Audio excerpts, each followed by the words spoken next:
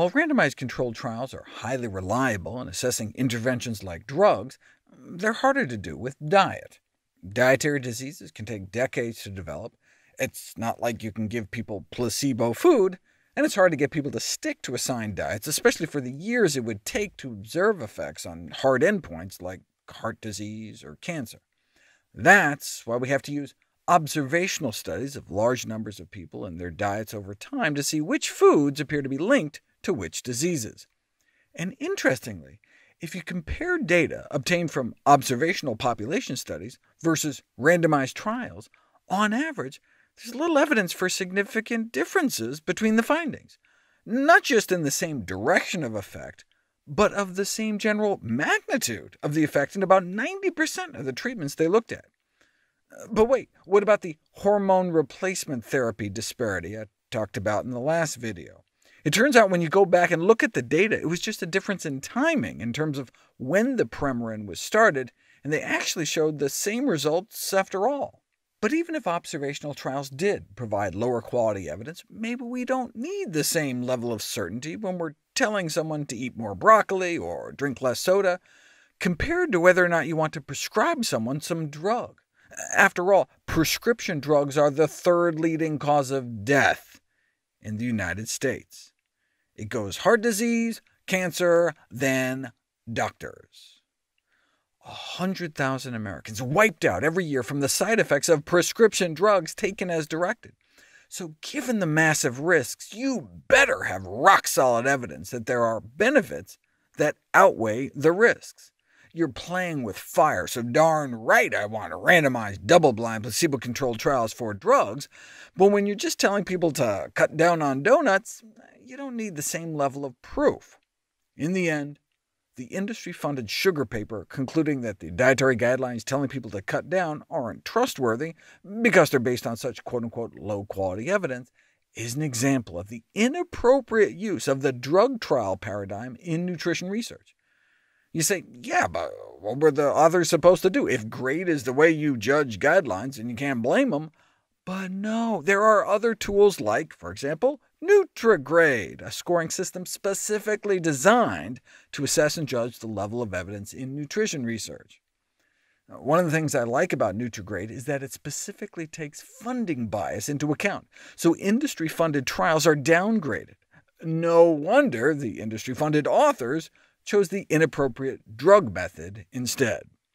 Helm is another one. Hierarchies of evidence applied to lifestyle medicine, specifically designed because existing tools such as GRADE are not viable options when it comes to questions that you can't fully address through randomized controlled trials. In a way, each research method has its own unique contribution. In a lab, you can explore the exact mechanisms, RCTs can prove cause and effect, and huge population studies can study hundreds of thousands of people at a time for decades. Take the trans fat story, for example. We had randomized controlled trials showing trans fats increased risk factors for heart disease, and we had population studies showing that the more trans fats people ate, the more heart disease they had, and so taken together, these studies forged a strong case for the harmful effects of trans fat consumption on heart disease, and as a consequence, it was largely removed from the U.S. food supply, preventing as many as 200,000 heart attacks every year. Now, it's true, we never had randomized controlled trials looking at hard endpoints like heart attacks and death, because that would take years of randomizing people to eat like canisters of Crisco every day. You can't let the perfect be the enemy of the good when there are tens of thousands of lives at stake. Public health officials have to work with the best available balance of evidence there is.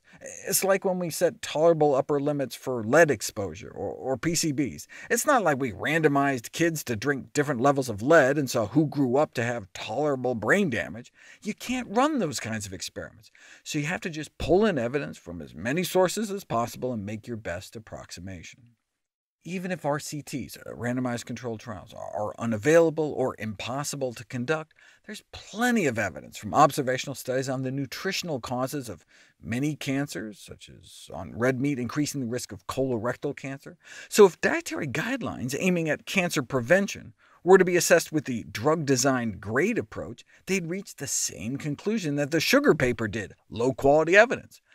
And so, no surprise, a meat industry-funded institution hired the same dude who helped conceive and design the sugar industry-funded study, and boom, lead author, saying we could ignore the dietary guidelines to reduce red and processed meat consumption because they used grade methods to rate the certainty of evidence, and though current dietary guidelines recommend limiting meat consumption, their results predictably demonstrated that the evidence was of low quality.